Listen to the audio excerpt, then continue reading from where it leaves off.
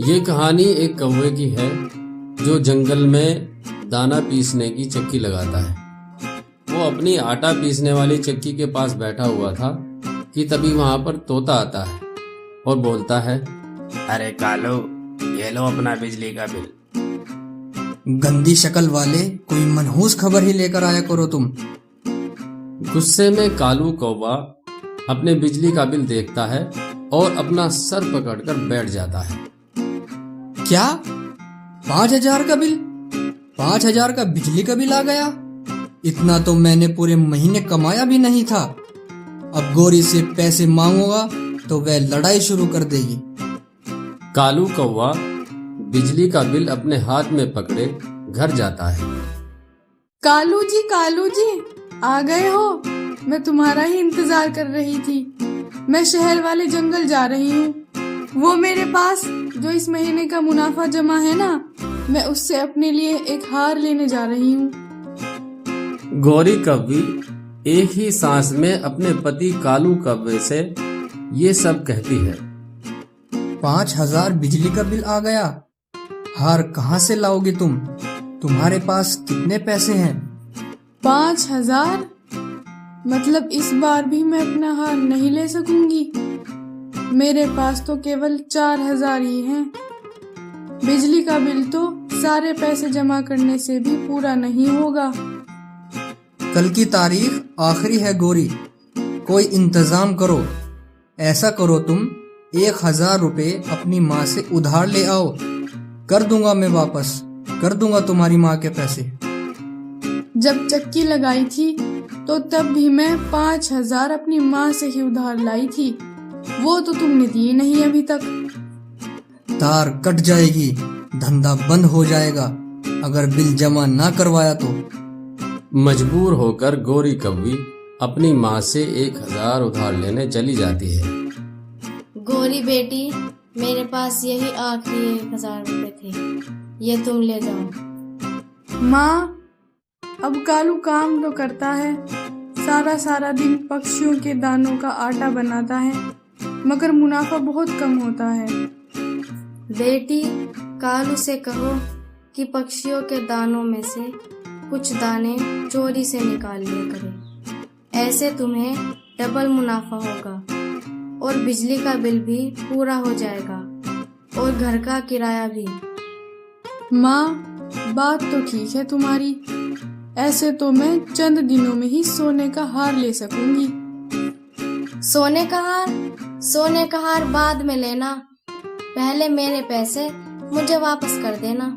और इस तरह गौरी कौवी अपनी माँ से 1,000 उधार ले जाती है। कालू कौवा गौरी से पैसे ले लेता है और बिजली का बिल जमा करवा देता है। रात हो जाती है। कालू और गौरी घर में लेटे हुए थे। कालू जी, माँ ने एक उपाय बताया है जिससे हम कुछ ही दिनों में अमीर बन जाएंगे। बताओ, क्या उपाय बताया है सासू माँ जी ने? माँ ने कहा है कि पक्षियों के दानों में से कुछ दाने चुरा लिया करो। पक्षियों को कौन सा पता चलेगा? गौरी, बात तो ठीक है, लेकिन अगर पकड़े गए तो काम से जाएंगे। कालू जी, तुम ज्यादा चिंता ना करो, जो होगा देखा जाएगा। फिर क्या था, उस दिन से कालू कौवे ने अपना काम शुरू कर दिया। गुड़िया बेटी, मैं कालू कौवे की चक्की पर जा रही हूँ। मैं दानों से आटा बनवाकर अभी थोड़ी देर तक आ जाती हूँ। मम्मा, मेरे लिए आइसक्रीम भी लेकर आना। मम्मा चिड़िया दाने लेकर घर से निकल जाती है। चिड़िया, मैं दानों का वजन बाद में कर लूंगा, तुम जाओ अभी। मेरी चक्की खराब है, थोड़ी देर बाद आकर आटा ले जाना। कौवे भैया, आप वजन मेरे सामने ही कर लीजिए। चिड़िया, मैं काम कर रहा हूँ, तुम जाओ, भरोसा करो मुझ पर। चिड़िया दाने रखकर चली जाती है। कालू कौवा इधर उधर देखकर चिड़िया की दानों की बोरी में से 4-5 किलो दाने निकालकर अपनी बोरी में डाल लेता है और चिड़िया के बाकी दानों से आटा बना देता है। थोड़ी देर बाद चिड़िया भी आ जाती है आटा लेने के लिए। कालू भैया, मुझे आटा थोड़ा थोड़ा लग रहा है, या फिर मैं भूल रही हूँ? चिड़िया, तुम भूल रही हो, जितने दाने थे उतना ही आटा बनेगा ना। चिड़िया अपना आटा लेकर घर चली जाती है।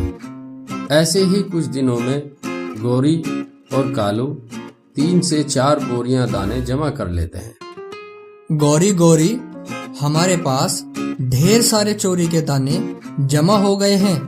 अब बिजली का बिल जितना भी आएगा हमें कोई चिंता नहीं। कालू जी, फिर तो कल ही मैं वो दाने बेचकर अपना हार ले लूं? हाँ हाँ, ले लो ले लो। अब तो कुछ ही दिनों में मैं दोबारा दाने जमा कर लूंगा। रात हो जाती है। 2 उल्लू चोरी के इरादे से कौवे की चक्की में आ जाते हैं, क्योंकि कौवा अपने घर गया हुआ था। यार बड़े उल्लू, जल्दी करो, ये सारे के सारे दाने चोरी करके भाग जाते हैं यहाँ से। ऐसे चोर उल्लू कालू कौवे के चोरी किए हुए दाने चुराकर वहां से भाग जाते हैं। सुबह सवेरे जब गौरी और कालू अपनी चक्की पर जाते हैं तो वहां दाने न देखकर गौरी कौवी तो रोने लग जाती है। कोई चोर मेरे सारे सपने चुरा कर ले गया। गौरी, अब चुप कर जाओ। हमने भी तो वो दाने चोरी ही किए थे। अब मैं दोबारा चोरी कर लूंगा। कालू कौवा फिर से अपना वो चोरी वाला काम शुरू कर देता है। किसी से लड़ाई तो किसी से झगड़ा करके दाने निकाल ही लेता था। मेरी बोरी तो दानों से भरी हुई थी, मगर मेरा आटा इतना थोड़ा क्यों? बताओ बताओ। कौवे, तुमने मेरे दानों से दाने चुराए हैं क्या? शर्म करो तोते, मैं मेहनत से काम करता हूँ। मैं कोई चोर नहीं हूँ जो तेरे दाने चुराऊंगा। मैं सबको बताऊंगा कि तुम पक्षियों के दानों से दाना चुरा लेते हो। तोता गुस्से में वहां से चला जाता है। कबूतर, यार चिड़िया, वो कौवा चोर है। वो अपने काम में से चोरी करता है। जो पक्षी कौवे आटा पिसवाने के लिए आते हैं उनके दानों में से दाने चुरा लेता है। मुझे तो उसी दिन उस कौवे पर शक हो गया था, मगर मैंने सोचा मेरा वहम होगा। अरे इससे तो अच्छा है हम कौवे से दाना पिसवाने की बजाय दूसरे जंगल में चाचा छमछम की दुकान पर चले जाया करें। और इस तरह कौवे ने जैसे तैसे फिर से 5 बोरी दाने जमा कर लिए थे। वो दोनों बहुत खुश थे। गौरी, कल हम चोरी किए हुए दाने बेचकर बिजली का बिल जमा करवा देंगे।